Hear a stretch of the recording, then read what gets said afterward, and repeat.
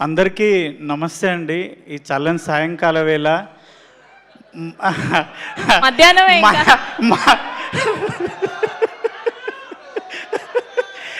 మనందరి సినిమా ఇరుముడి 6 ఏళ్ళ పాప నుంచి 60 ఏళ్ళ ముసలి వరకు ప్రతి ఒక్కరు థియేటర్కి పోయి చూస్తురన్న. ఎవరన్నా మా ఇంటి పక్కన రామ్లక్ ఉంటుంది, ముసలామే మా పోరడు అన్నాడు, నాయనమ్మ 4 రోజులు అయితే ఫోన్లు వస్తుంది చూడొచ్చు అంటే, అరే బాడక అది సినిమా ఆ థియేటర్లో చూసే సినిమానంట, ఫోన్లల్లో చూడొద్దంట, థియేటర్లో చూసే సినిమానంట అని ఒక ముసలామె అన్న, ఒక 55 ఏళ్ళ ముసలామె ఆ మాట అంటుంది. ఆమె కూడా థియేటర్లో చూడాలనుకుంటుందంటే మన సినిమా ఎంత గొప్ప సినిమా అన్న, ఎంత గొప్ప కథ అన్న. ఇన్స్టాలో మొత్తం సినిమాను మొత్తం రివీల్ చేసేసారన్న.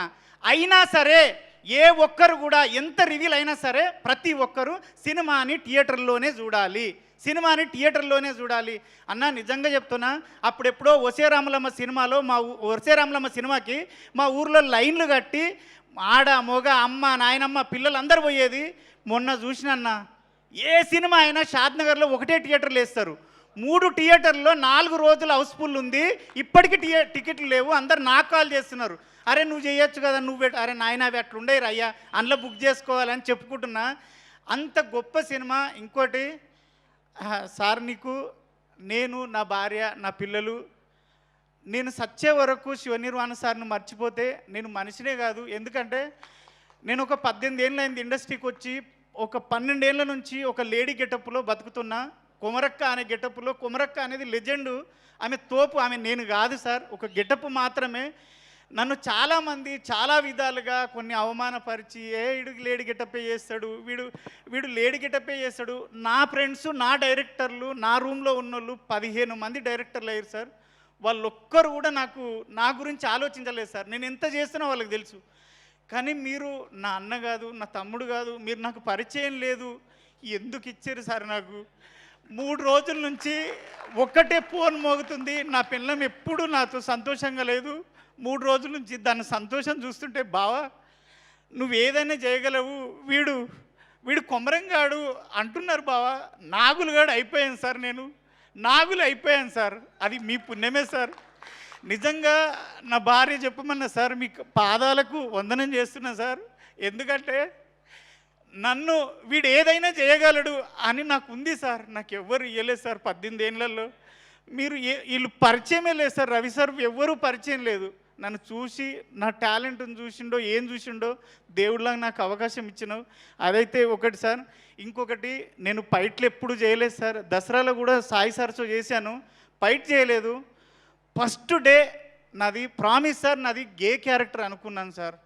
నన్ను ఒక లేడీ గెటప్ వేసేటోని పిలుస్తున్నాడు అంటే ఏదో గే క్యారెక్టర్ ఏదో అనుకున్నాను. కానీ వచ్చే సార్ నాకు రెడ్ షర్ట్ వేసి గెటప్ వేసి నువ్వు రవి సార్ గల్లబట్టి కొట్టాలంటే ప్యాక్ అయినాయి సార్. నా తోటి కాలే సార్,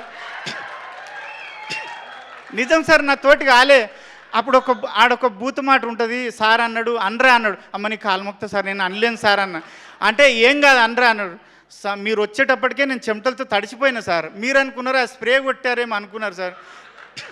కానీ అప్పటికే నేను మిమ్మల్ని చూసి తడిచిపోయాను సార్ అప్పటికే. కానీ గల్లబట్టి కొట్టిన ట్రైలర్లో ఉంటుంది, సినిమా చూసిర్రు, అది సింగిల్ టేక్లో ఓకే అయింది, హ్యాపీ ఫీల్ అయినా. తర్వాత ఫైట్ జరుగుతుంది. నేను 42 సినిమాలు చేశాను సార్. ఏ హీరో కూడా నాకు ఇంత కంఫర్ట్ ఇవ్వలేదు సార్. మీరు ప్రతి దగ్గర ఏం చెప్తున్నారంటే, అరే చూసుకున్నావా ఓకేనా ఫైటు, ఓకేనా ఫైట్ సార్. నేను అంత అద్భుతంగా ఫైట్ చేయడం ఏంటి సార్? ఎన్ని ప్రొడక్షన్ హౌస్ల నుంచి నాకు ఫోన్లు వచ్చినాయి సార్. ఈ 3 డేస్లోనే ఒక 7 ప్రొడక్షన్ హౌస్ల నుంచి నాకు కాల్స్ వచ్చినాయి సార్. ఒరే నువ్వు నాగులుగాడేనా, ఇంత కుమరకంటే మేము నమ్ముతలేం రా నాయన, మతిపోతుందిరా నాయన అని. అదంతా మీరు ఇచ్చిన ఇదే సార్. ఆది కూడా సార్, మీ ఫైటరు ఆదినారాయణ మీ గురించి చెప్పి చాలా సపోర్ట్ చేసిండు. మీకు నిజంగా సార్ ఒక్కటైతే గ్యారంటీ చెప్తా, మన ఇండస్ట్రీలో కాదు ఎక్కడైనా 100 మంది హీరోలు ఉంటే 100 మందికి 100 రకాల ఫ్యాన్స్ ఉంటారు. కానీ ఆ 100 రకాల మంది ఫ్యాన్స్, 100 హీరోల ఫ్యాన్స్ ఒకే ఒక వ్యక్తిని ఇష్టపడే వ్యక్తి మన రవితేజ సార్. ఆయనకు సపరేట్ ఫ్యాన్స్ ఫాలోయింగ్ అంటూ లేదు, అందరు హీరోల ఫ్యాన్స్ కలిసి ఇష్టపడే మనిషి ఆ సారు. అంత మంచి సారు. మీరు ఇక్కడ నైట్లో ఫైట్ జరిగేటప్పుడు కూడా ప్రతిదీ అరే తాగుతుంది చూసుకో, సరేనా, నీకు కంఫర్టేనా అన్నాడు. ఆ ఫైట్లో అయితే కుక్కను కొట్టినట్టు కొట్టిరు సార్.